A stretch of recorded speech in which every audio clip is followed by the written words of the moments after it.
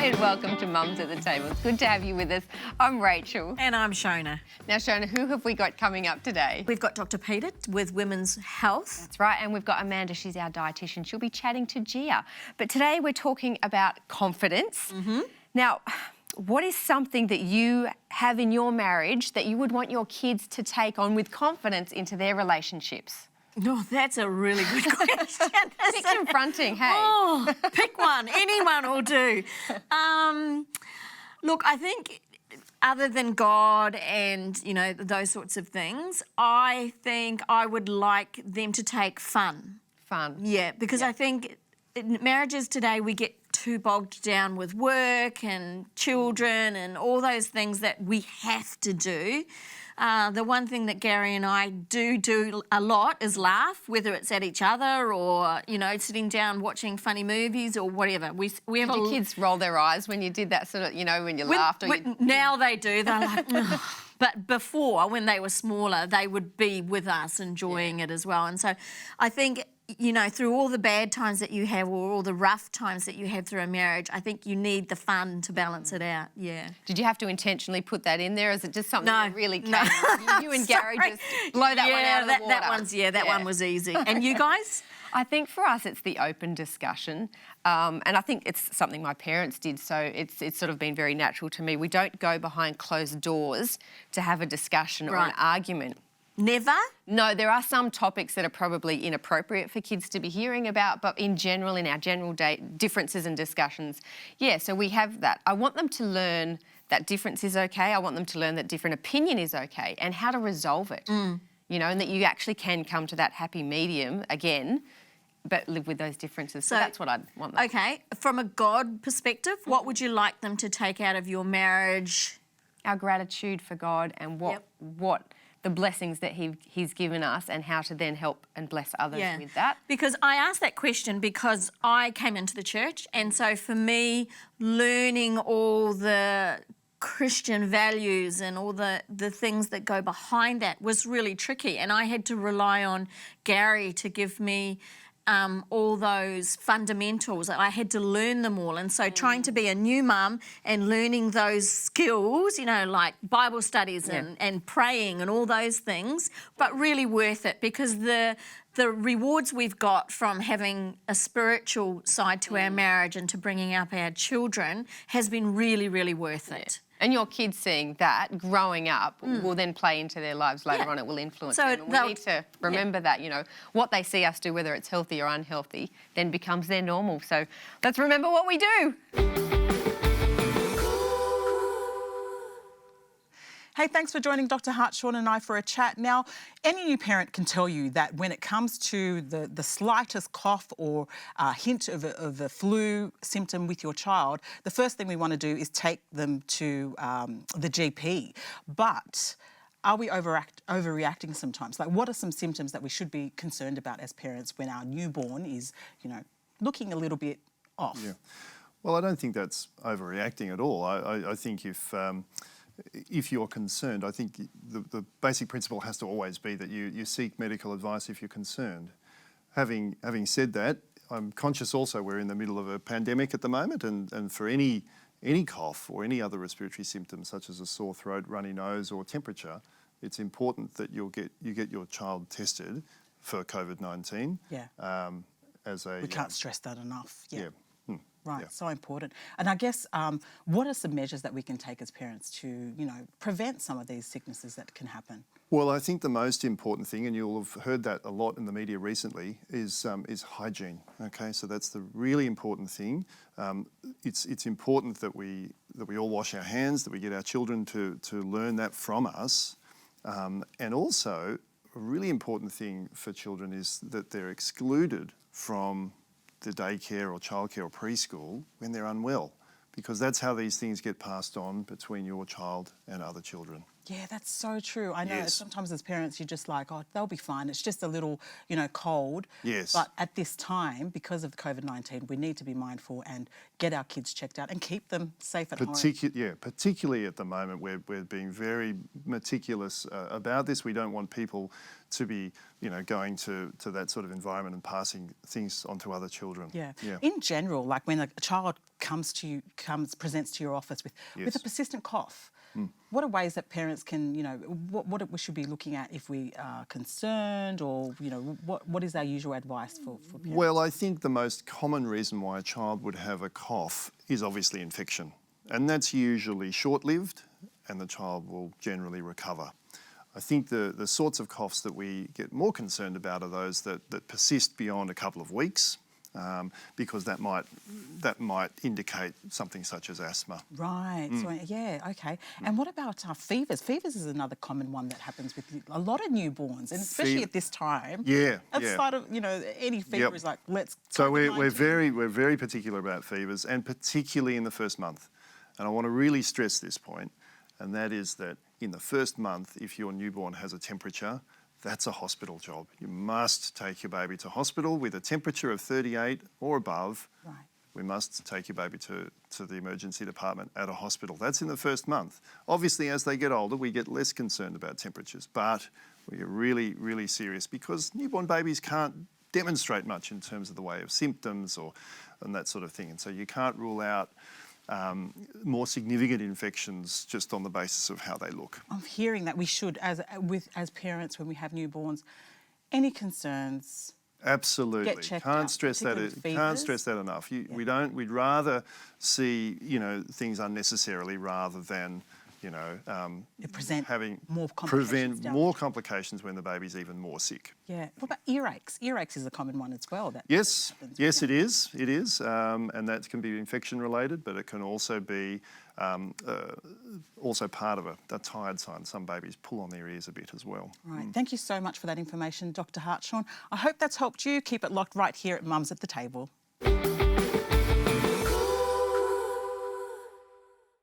Food supply when self-isolating. That is our topic today. Hello, Amanda. Hi, Gia. Welcome today.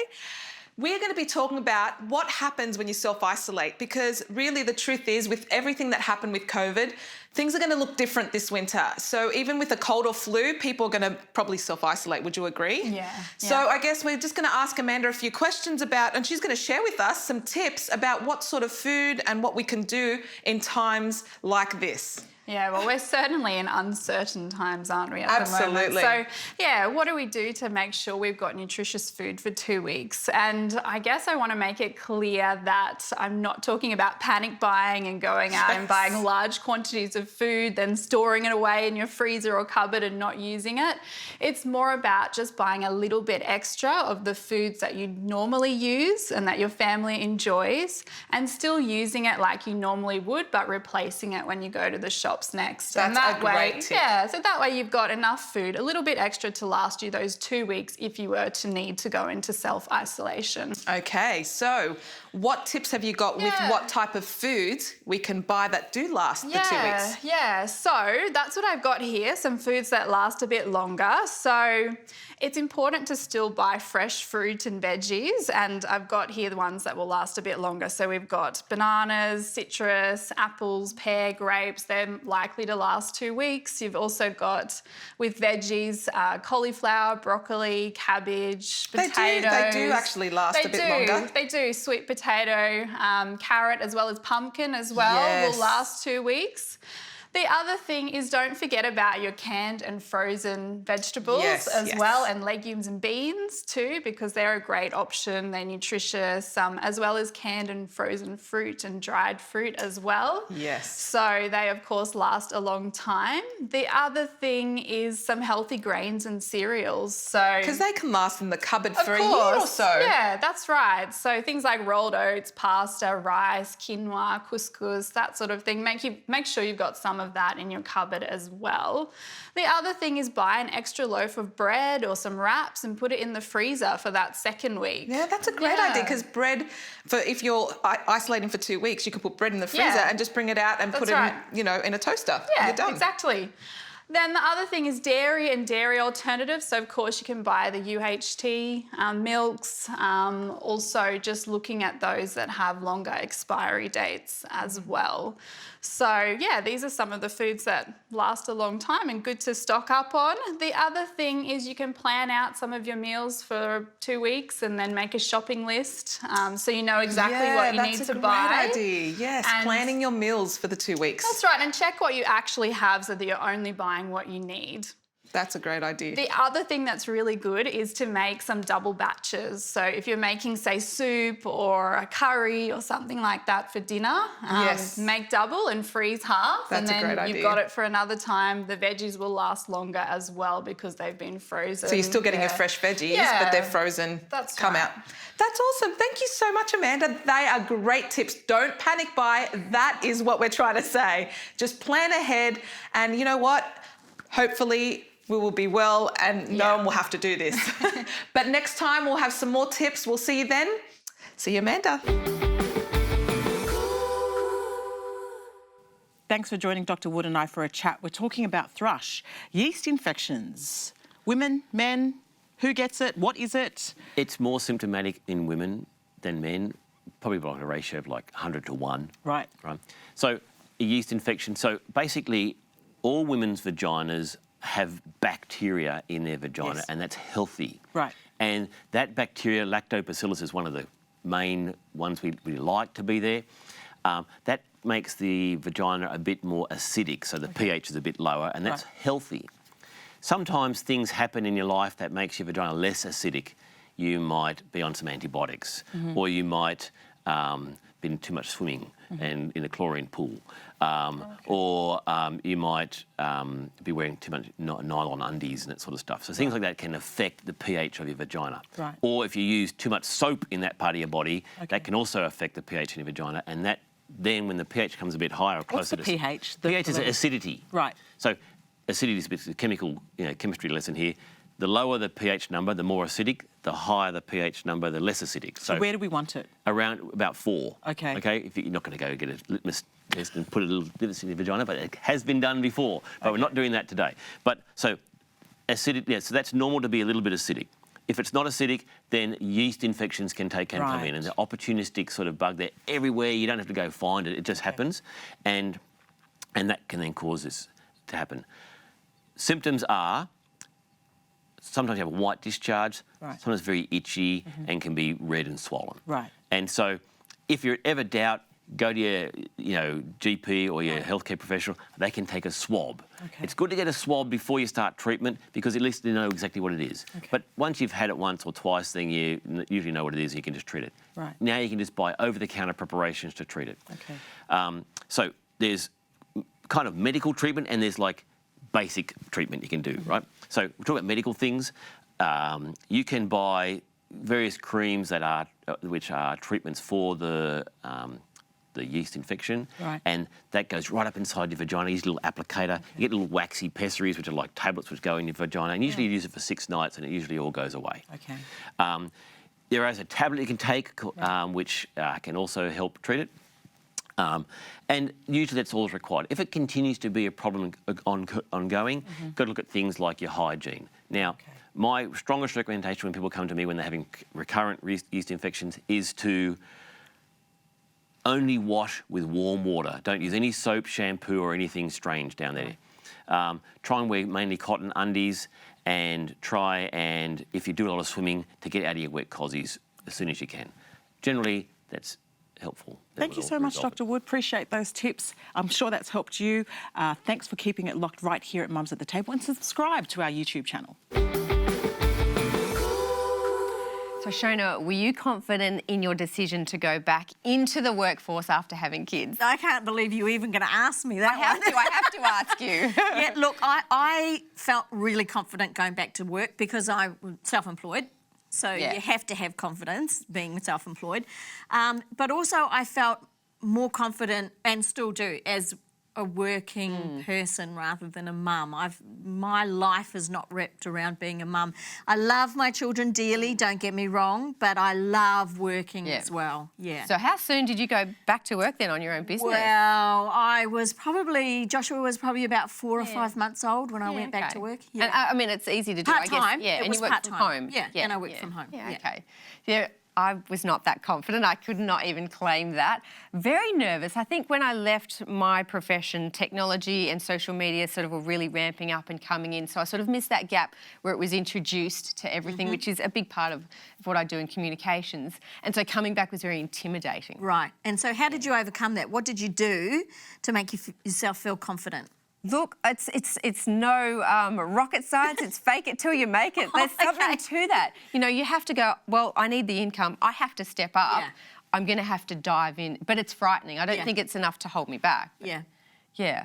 But I think there's lots of women. Do you remember we interviewed Michelle Gibbings years ago on the show? She is so great. You can go back on YouTube and search for that. But she had some really great tips about even just keeping your foot in the door or keeping the communication going between... Talking with people who you've been working with, keeping that communication going. Yeah. And she had some great tips about how to make it less intimidating when it came to that. I think also now, at the moment now too, there's so many TAFE courses that you can get involved in to upskill and do all of those sorts of things that weren't necessarily around when I was going back to work.